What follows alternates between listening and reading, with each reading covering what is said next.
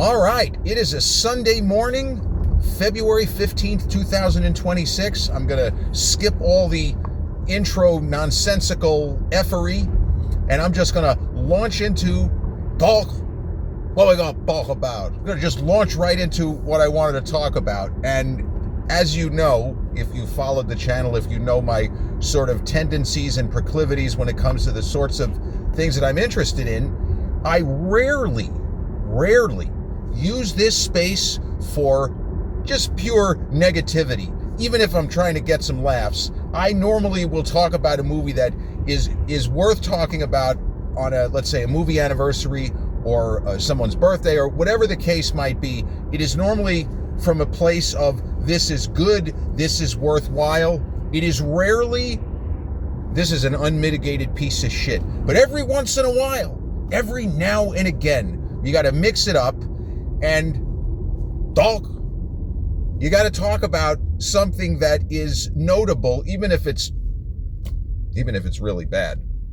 So I did not realize this until I just random Google what movies came out on February 15th, because there are certain things that I have stuck in my head, certain birthdays that I always remember. But on this day, 1991, the movie called Nothing But Trouble came out.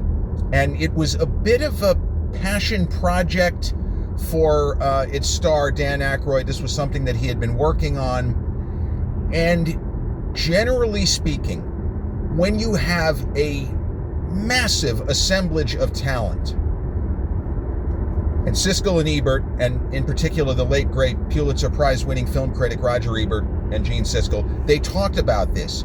If you have a massive assemblage of talent, ask yourself the question, would it have been better to just see these, let's say, 4 people sitting in a room having a conversation? Would you rather just be a fly on the wall with these people having a conversation, or was the movie worth it? I don't know what Warner Brothers was thinking. I don't know what Dan Aykroyd was trying to do. I mean, he was trying to make a funny movie, but this film, Nothing But Trouble, is the worst big studio comedy of the 90s. That is a hill that I will go down on, and I am an enormous fan of the 4 principals.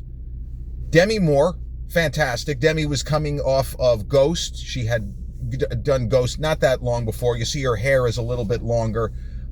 She did the movie The Butcher's Wife right around this time frame, not that successful. Mortal Thoughts with her, at the time, husband, life partner, Bruce Willis.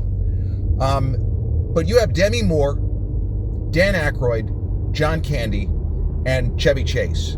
And, Chevy Chase, a lot of people, the documentary, he didn't exactly cover himself in glory in that documentary. I know not that he's a controversial figure. He's not somebody, he didn't break the law. But he's a person who a lot of people in the business have had bad experiences with. I think that's fair to say. I've always been a fan of his sort of screen persona, the smart aleck, the kind of lackadaisical lady killer type that he played so often, and the physical comedy that Chevy was famous for on Saturday Night Live and in movies. It's not that easy to do what he did. He did have certain things that he was very good at. So you take those 4 people, and John Candy in particular, he only had another 2.5 to 3 years before he passed. The movie Nothing But Trouble on paper should have worked, but it just didn't. It just doesn't. And it is almost a case study in when you say to yourself, why do Hollywood studios fund certain projects while not funding others? And so the basic idea of this is that this somewhat youngish couple in the movie, played by Chevy Chase and Demi Moore. Chevy is a banker, and Demi, I believe, is an attorney in the world of the film. They make a wrong turn, and they end up somewhere they really shouldn't be, and comical horror movie hijinks ensue, is how I would explain it. So there's nothing wrong with that. Conceptually, that could work. You could generate some laughs. But this film, to me, it was dead at the screenplay stage. And you start to scratch your head, and you don't want to get too deep and talk about conspiracy theories. But I got to bring this up because this is an important part of this particular story. I'm a New York University graduate. Again, many of you know this, but for those new to the channel, I graduated New York University Film School, class of 1997. Bill Cosby gave the commencement speech. How come you all stopped cheering? To have been there that day when Bill Cosby got up there at Washington Square Park and everybody had quieted down and Cosby leaned in, looked right, looked left, looked at us. How come you all stopped cheering? It's almost like he was talking, 25 years in advance. How come we all stopped cheering? But there are things that happen that you say to yourself, you hope that this is not for the wrong reason. And a fellow New York University grad, I shouldn't even say it that way. It's embarrassing for me to say it that way. But Spike Lee, who went to Emory University, but he also went to New York University. He was in the graduate film department with other luminaries of the era, including Chris Columbus, Jim Jarmusch. Spike Lee's career got started. He did a movie called She's Gotta Have It in '86. Well, he did this other thing earlier called Joe's Bed-Stuy Barbershop, We Cut Heads. That was a very interesting short film. But Spike Lee was somebody who was known as a tremendous talent, a fantastic writer, and somebody who could get a lot out of a little. He didn't need that much money to make films that looked more expensive than they were. And this is not something that happens by accident. When you have a skilled cinematographer, Ernest Dickerson worked with Spike, I believe, a number of times, you're able to stretch the budget. You're able to make a film that does not look or feel low budget. And so Spike Lee had a bunch of films which turned a profit, not because they necessarily made that much money, but because he was able to shoot them on the cheap. So Spike Lee, there is a book that came out in the early 90s called 5 for 5, and it's basically Spike's career up to and through Jungle Fever. Spike Lee had been trying to get Malcolm X. He'd been able to, he had it in the hopper. He was trying to get it produced. And there's a version of The Matrix in which Malcolm X got produced way before it did, because it came out, I believe, in the fall of 1992. And I actually don't think that's Spike Lee's best film. I'm still going to have to go with Do the Right Thing. I still think that's the best movie that Spike made. And it's a film that, when I saw it at NYU, I kind of objected to a lot of the stuff in the movie, but looking back on it now, decades later, because it was a relatively recent film, in 1995, it was a 1989 movie, I feel like that's the best movie he ever made. And that was a film that, it was controversy. He could have gotten Best Director nomination and didn't, and Kim Basinger famously shouted him out at the Oscars, and Spike said, that's like one of the nicest things that any celebrity ever did for me. And he still talks about that on occasion. But Warner Brothers had Spike's Malcolm X project. It was there, it was in the pipeline, and there was some point in 1990 that Spike thought that he was going to be able to make the movie, or at least start the movie, in 1990. And in the book 5 for 5, Malcolm X hadn't, it may have been in production, but it had not come out yet, I don't believe, because that's not one of the 5 for 5. Malcolm X was his 6th film. But Spike talks about the fact that Warner Brothers was not pushing the Malcolm X projects through at that time because they wanted to make this Dan Aykroyd movie. And, when Spike was talking about this, nobody knew that Nothing But Trouble was going to be a fucking catastrophic, not only a terrible movie, but a box office bomb. Because there are plenty of stories of movies that are S-H-I-T, but do okay at the box office. And, it's not show friends, in the immortal words of David Zaslav, it's show business. So you can have a big 15% on Rotten Tomatoes, but the film turns a profit, go fuck yourself, right? But Nothing But Trouble was bad all around. And the fact that somebody actually, with a straight face, more than one person, multiple executives, let's push Dan's project through, we can see how this could make money. You know what, we'll make Spike's film at another time. That's not good. And it's certainly an interesting thing to ponder. If Malcolm X had been produced and come out in the year before, if it had come out in 1991 instead of 92. And this sort of thing happens but it's because of the way that it happened and the fact that the movie that they pushed through and they put ahead on the schedule was so bad. I did not see Nothing But Trouble in theaters. And I remember wanting to when I saw the previews, like, holy crap, what an amazing cast. I think Newsday gave the film 1 star, and the Daily News gave it 1 star, and the New York Post might have given it 0 stars. Just like, what the fuck are we doing? How is it possible? I didn't believe the movie was as bad as its reputation. And then it premiered on HBO. HBO did this thing back in the day where they would have a primetime premiere for movies that were showing for the first time. And generally speaking, the window for movies in the days of VHS, and then later DVD, but we'll just say VHS, is that films would hit theaters, and let's say 3 months or so after they were completely out of theaters. Sometimes it was a little bit more narrow. They would hit VHS. And sometime between 10 and 12 months after a theatrical release, they would hit HBO, Cinemax, Movie Channel, Showtime, whatever, all of the premium channels back in the day. So I wasn't going to waste, not that I had anything going on, but I wasn't going to like plan a Saturday night around being home at 8 o'clock to see this film that everybody who saw it told me it was terrible. I kept thinking, well, maybe I like Chevy.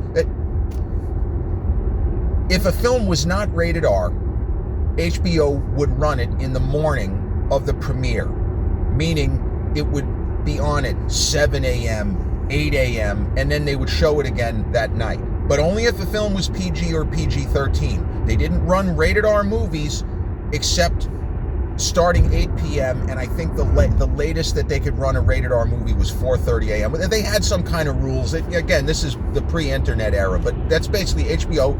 As much as this is a pandering, if you want to say pandering, they didn't show rated R movies between certain hours because they didn't want parents to have to make decisions. Again, I'm not taking shots at them. This was just their process. Not even a business model. It was just their kind of organizational process. So I watched Nothing But Trouble. I sat down. I wasn't working out yet. I was only, I think I would have just turned 18 the first time this film premiered on HBO. If I wasn't, I was close. It's worse than I thought it was going to be. And this is not a movie that has improved historically. It's all bad. They try to get a balance between comedy and kind of surrealist Salvador Dali stuff and a little bit of horror, but not horror in the manner of Scream or the kind of later movies in the 90s that attempt and succeed to mix comedy with horror, and certainly not American Werewolf in London a decade earlier. It's not that the tone is off, it's that nothing is funny. Nothing works. Yeah, Nothing But Trouble.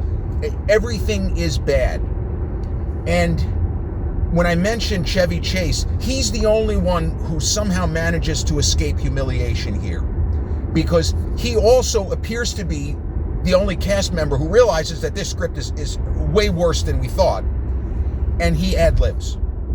And Chevy Chase was known for being good at ad-libbing. And the only laughs generated in this film are by him when he quite clearly goes off the script, because some of the stuff that he says has nothing to do with anything going on in the movie, and you're almost laughing because of that. The film only made between 8 and 9 million at the box office, and it did okay on the VHS market. People like me who were just interested in seeing it, even though they were pretty confident that it was going to be terrible. The film did not hurt the careers of any of the principals. That's another irony. When you have had the successes, in the case of Demi, she had just had Ghost, and you really can't fault her for this, or fault her even for wanting to make this movie with these people in the industry who she really liked and got along with. It's an opportunity, like have a big broad comedy and some horror movie elements. You see why she did it. I don't get why John Candy is in this movie. It hurts me that John Candy is in this movie. And I think that Dan Aykroyd, with some of the kind of production effects, some of the makeup work, I think that he thought people were going to find the kind of gross out humor, some of the production design. I think he thought people were going to find it funnier than they did, because it's not a horror film, and it's not really a black comedy either. It tries to do a lot of things at once and doesn't do anything well. And really, the highlight of the film, other than looking forward to a couple of Chevy, where he generates some laughs with just his being funny when it has nothing to do with the script, is that Tupac Shakur shows up late in the movie. And I didn't know who he was. I knew of Tupac. I think, was he in the movie Juice that came out at the end of this year, which was 1991. But I didn't know Tupac. And if somebody had said, have you heard of Digital Underground in this area? It sounds familiar, but I wouldn't have known that. So Tupac shows up in the movie as cliche, a band member. And he is in the film with the band that he was with at the time, Digital Underground. And they do a song that ended up on the soundtrack. I don't know if this one part was supposed to be making a historical commentary, but Tupac is wearing a Yankees jersey. Now, you look at it in 2026, and it doesn't really mean anything. But if you want to do a real deep dive, you want to do a real history deep dive of this, when Nothing But Trouble was shot, the Yankees franchise was in the fucking sewer. They were in the worst position in the history of the Yankees franchise. This movie was shot, circa mid-1990. The Yankees were on their way to finishing in last place, and probably the single worst season in the history of the fucking franchise. 67 and 95. Steve Balboni hitting cleanup.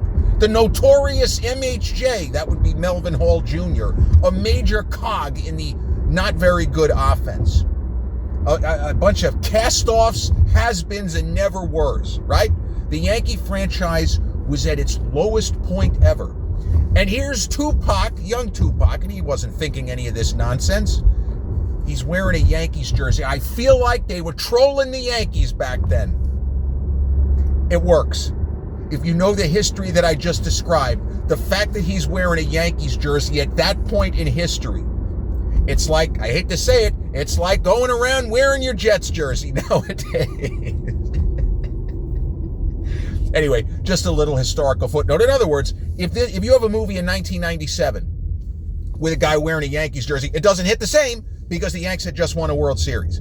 And the Yankees, despite not having won any World Series now in 16 years, 17 years, the franchise is not that. This is not a joke disaster. This is not where the owner is a crook and needs to be thrown out of the sport, and this once great franchise is tarnished. Unfortunately, that thought process is a microcosm for all of these great comedians, all of these great comic actors, not exactly supporting their own legacies in this utter trash stink bomb of a movie. So 15% on Rotten Tomatoes. Of course, the joke is I could find a whole bunch of Sylvester Stallone movies that I actually like that are less than 15%, such as Get Carter, such as The Specialist. He could put a bomb in your crab shell and you wouldn't even know it. Nothing But Trouble. 35 years old today, released February 16th, 1991. A case study in a lot of people knowing what they're doing, a lot of very intelligent people working at Warner Brothers, a brilliant writer, comic actor in Dan Aykroyd, a lifelong, unfortunately not enough, end boss in John Candy, a really likable Demi Moore, and Chevy Chase kind of bucking the trend, somehow managing to stay above the fray with this disaster unfolding around him of Nothing But Trouble. And obviously, the fact that Spike Lee's Malcolm X probably should have been made a year earlier, but you don't throw it back. Denzel could have easily gotten the Best Actor for films released in 1992. 'Twas not to be. It was Al Pacino's year. Well, and I love Al. I'm not taking Big Al's Oscar back. He's marvelous in Scent of a Woman. But Nothing But Trouble, 35 years ago, Dan Aykroyd's pet project. Warner Brothers pushes it through. The film gets trashed beyond imagination, but once you see the movie, it's actually right on the button. Critics trash it, audiences reject it, and all these years later, you can watch it on Tubi to see for yourself. Maybe I'm overstating the case. Maybe this movie is a hidden gem and one of the great film comedies ever made. Not.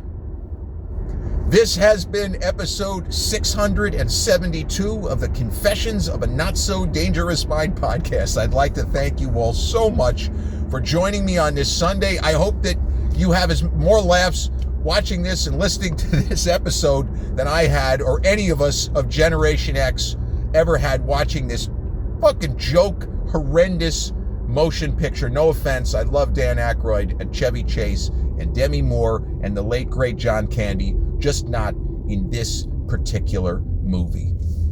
Peace.